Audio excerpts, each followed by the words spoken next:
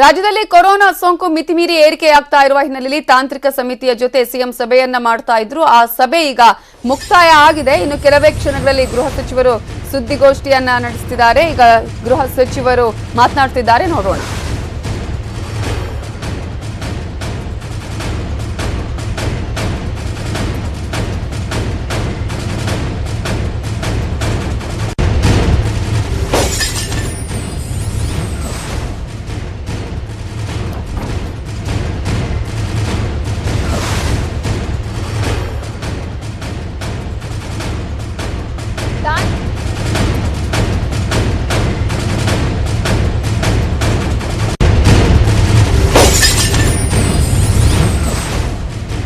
ರಾಜ್ಯದಲ್ಲಿ ಕೊರೋನಾ ಸೋಂಕು ಮಿತಿಮೀರಿ ಏರಿಕೆ ಕಾಣ್ತಾ ಇದೆ. ಪ್ರತಿದಿನ ಕೊರೋನಾ ಪ್ರಕರಣಗಳ ಸಂಖ್ಯೆ ಜಾಸ್ತಿ ಆಗ್ತಾ ಇರುವಂತಹ ನಿಟ್ಟಿನಲ್ಲಿ ಇವತ್ತು ಕ್ವಿಕ್ ಆದಂತಹ ಒಂದು ಎಮರ್ಜೆನ್ಸಿ ಮೀಟಿಂಗ್ ಅನ್ನು ಕೂಡ ಕರೆದಿದ್ರು ಸಿಎಂ. ಟೆಸ್ಟಿಂಗ್ ಪ್ರಮಾಣವನ್ನ ಹೆಚ್ಚಿಸೋದಕ್ಕೆ ನಿರ್ಧಾರವನ್ನ ಈಗ ಮಾಡಲಾಗಿದೆ. ಆಲ್ರೆಡಿ ಜಾಸ್ತಿ ಪ್ರಕರಣಗಳು ಬರ್ತಾ ಇದೆ, ಮತ್ತೊಂದು ಕಡೆ ಟೆಸ್ಟಿಂಗ್ ಕೂಡ ಜಾಸ್ತಿ ಮಾಡಬೇಕು ಅಂತ ಹೇಳಿ ಈಗ ಸಿಎಂ ತೆಗೆದುಕೊಂಡಂತಹ ಒಂದು ಮೀಟಿಂಗ್ ನಲ್ಲಿ ಈಗಾಗಲೇ ಹೇಳಲಾಗಿದೆ.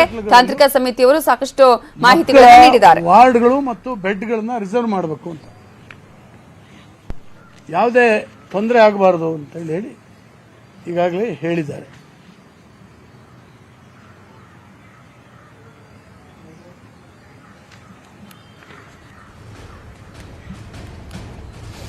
ವಿಶೇಷವಾಗಿ ಯಾವುದೇ ಕಾರಣಕ್ಕೆ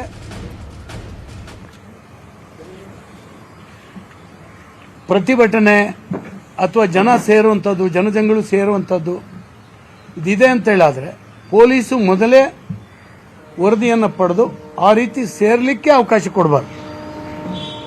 ಸೇರಿದ್ರ ಮೇಲೆ ಏನೋ ಮಾಡೋದ್ರಿಂದ ಬೇರೆ ಬೇರೆ ಪರಿಸ್ಥಿತಿಗಳಾಗ್ತದೆ. ಅದಕ್ಕಾಗಿ ಜನಜಂಗುಳು ಸೇರದಿದ್ದಾಗೇನೆ ಪ್ರಿಕಾಷನರಿ ಮೆಜರ್ ಬಹಳ ಇಂಪಾರ್ಟೆಂಟ್, ಅದನ್ನ ತಗೊಳ್ಬೇಕು ಅನ್ನುವಂಥದ್ದನ್ನ ಹೇಳಿದ್ದಾರೆ. ಇದಿಷ್ಟು ಮೇಜರ್ ಚರ್ಚೆ ಆಗಿದೆ.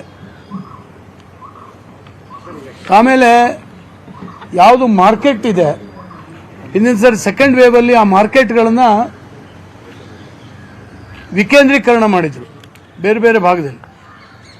ಉದಾಹರಣೆಗೆ ಬೆಂಗಳೂರು ಮಾರ್ಕೆಟ್ಗಳು ಒಂದೇ ಕಡೆ ಇದೆ ಮತ್ತು ಸಾವಿರಾರು ಜನ ಬೆಳಗಿನ ಹೊತ್ತು ಒಟ್ಟಿಗೆ ಸೇರ್ತಾರೆ.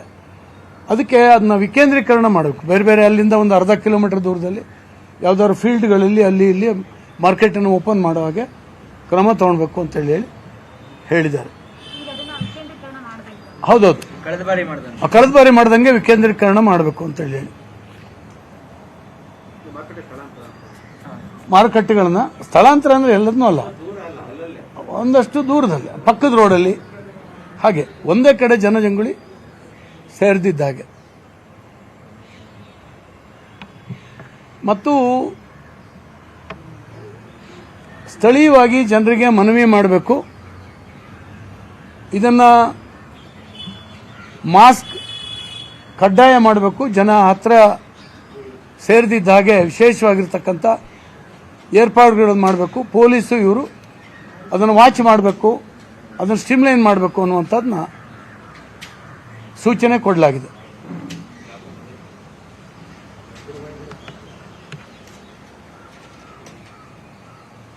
ಮೇಜರ್ ಇದಿಷ್ಟು. ಹೌದು, ಡಿಸಿ ನಿಮ್ಮ ಕಮಿಷನರ್ ಇಲ್ಲಿ ಇವರಿಗೆ ಅಧಿಕಾರ ಕೊಡಲಾಗಿದೆ. ಹೌದೌದು, ಈ ಇದರಲ್ಲಿ ಮಾನ್ಯ ಪ್ರೈಮರಿ ಎಜುಕೇಷನ್ ಮಿನಿಸ್ಟರ್ ಭಾಗವಹಿಸಿದ್ರು. ಶಾಲೆಗಳದ್ದು ಚರ್ಚೆ ಆಗಿದೆ. ಶಾಲೆಗಳಲ್ಲಿ ಕೆಲವು ಕಡೆ ಆಗ್ತಾ ಇದೆ, ಹಾಸ್ಟೆಲ್ಗಳಲ್ಲಿ ಜಾಸ್ತಿ ಆಗ್ತಾ ಇದೆ, ಮಾಡಬೇಕು ಅಂತೇಳಿ. ಮತ್ತು ಯಾರು ಸಾರ್ವಜನಿಕರು ಪ್ಯಾನಿಕ್ಕಿಗೆ ಒಳಗಾಗಬಾರ್ದು. ಏನೋ ಆಗೋಗ್ಬಿಡುತ್ತೆ, ನಾಳೆ ಬಂದ್ ಆಗ್ಬಿಡ್ತದೆ ಅಂಥದ್ದು ಏನೂ ಇಲ್ಲ. ಪ್ಯಾನಿಕ್ಕಿಗೆ ಒಳಗಾಗಿ ಎಲ್ಲೆಲ್ಲೋ ಓಡೋಗುವಂಥ ಪರಿಸ್ಥಿತಿ ನಿರ್ಮಾಣ ಆಗಬಾರ್ದು. ಎಲ್ಲರಿಗೆ ವಿಶ್ವಾಸ ತುಂಬಬೇಕು, ಧೈರ್ಯ ತುಂಬಬೇಕು. ಎಲ್ಲೂ ಕೂಡ ಹೋಗುವಂಥ ಅವಶ್ಯಕತೆ ಇಲ್ಲ. ಬೆಂಗಳೂರು ಮತ್ತು ಎಲ್ಲೆಲ್ಲಿ ಇದೆಯೋ ಅಲ್ಲೆಲ್ಲಿ ರಕ್ಷಣೆ ಇದೆ ಅನ್ನುವಂಥದ್ದನ್ನ ನಾವು ವಿಶ್ವಾಸ ತುಂಬಬೇಕು ಸರ್ಕಾರದ ಕಡೆಯಿಂದ ಅನ್ನುವಂಥದ್ದು ಆಗಿದೆ. ಅದು ಹೇಗಂದ್ರೆ, ಯಾವುದಾದ್ರು ಶಾಲೆಯಲ್ಲಿ ಜಾಸ್ತಿ ಕೇಸಸ್ ಬಂದರೆ ಅದನ್ನು ಕ್ಲೋಸ್ ಮಾಡಬೇಕಾ ಅಥವಾ ಕಂಟ್ರೋಲ್ ಮಾಡ್ಬೋದಾ ಅಂತ ಅದನ್ನು ಸ್ಥಳೀಯ ಆಡಳಿತ DHO ಆರೋಗ್ಯಾಧಿಕಾರಿಗಳು ನೋಡ್ತಾರೆ.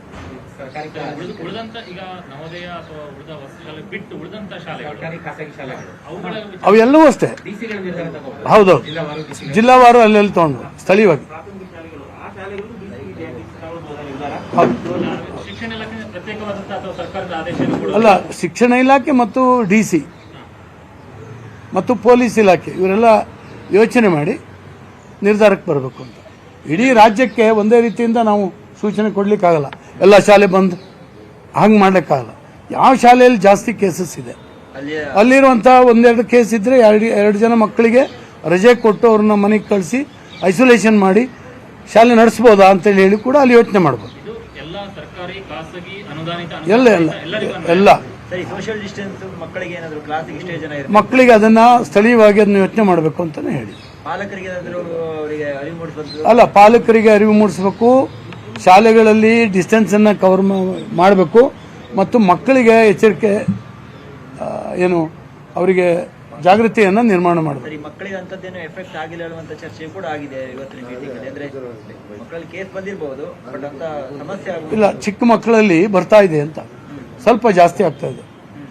ಅದಕ್ಕೆ ಹಾಸ್ಟೆಲ್ ಅಲ್ಲ ಬೆಡ್ಗಳು ರಿಸರ್ವ್ ಮಾಡಬೇಕು, ಆಕ್ಸಿಜನ್ನು ಮತ್ತು ಔಷಧಿಗಳು ಎಲ್ಲ ಕಡೆ ಇರಬೇಕು. ವಿಶೇಷವಾಗಿ ಮಕ್ಕಳ ಔಷಧಿ ಯಾವುದೇ ಕೊರತೆ ಆಗದಿದ್ದಾಗೆ ಸರ್ಕಾರ ಆರೋಗ್ಯ ಇಲಾಖೆ ನೋಡ್ಕೊಂಡು ಪ್ರತಿಭಟನೆ ಮಾಡ್ಲಿಕ್ಕಿಲ್ಲ ಅಂತ ಹೇಳಿದ್ರು. ಪ್ರತಿಭಟನೆಗೆ ಪೊಲೀಸರು ಮೊದಲೇ ಕ್ರಮ ತಗೊಳ್ಬೇಕಂತಿಲ್ಲ. ಈಗ ಪಾದಯಾತ್ರೆ ಬರ್ತಾ ಇದೆ, ಮೊದಲೇ ಕ್ರಮ ತೆಗೆದುಕೊಂಡು ಬಂದ್ ಮಾಡೋದು ಅಲ್ಲ, ಬಂದಿದ್ರ ಬಗ್ಗೆ ಬೇರೆ ಅದನ್ನ ಇನ್ನು ಯೋಚನೆ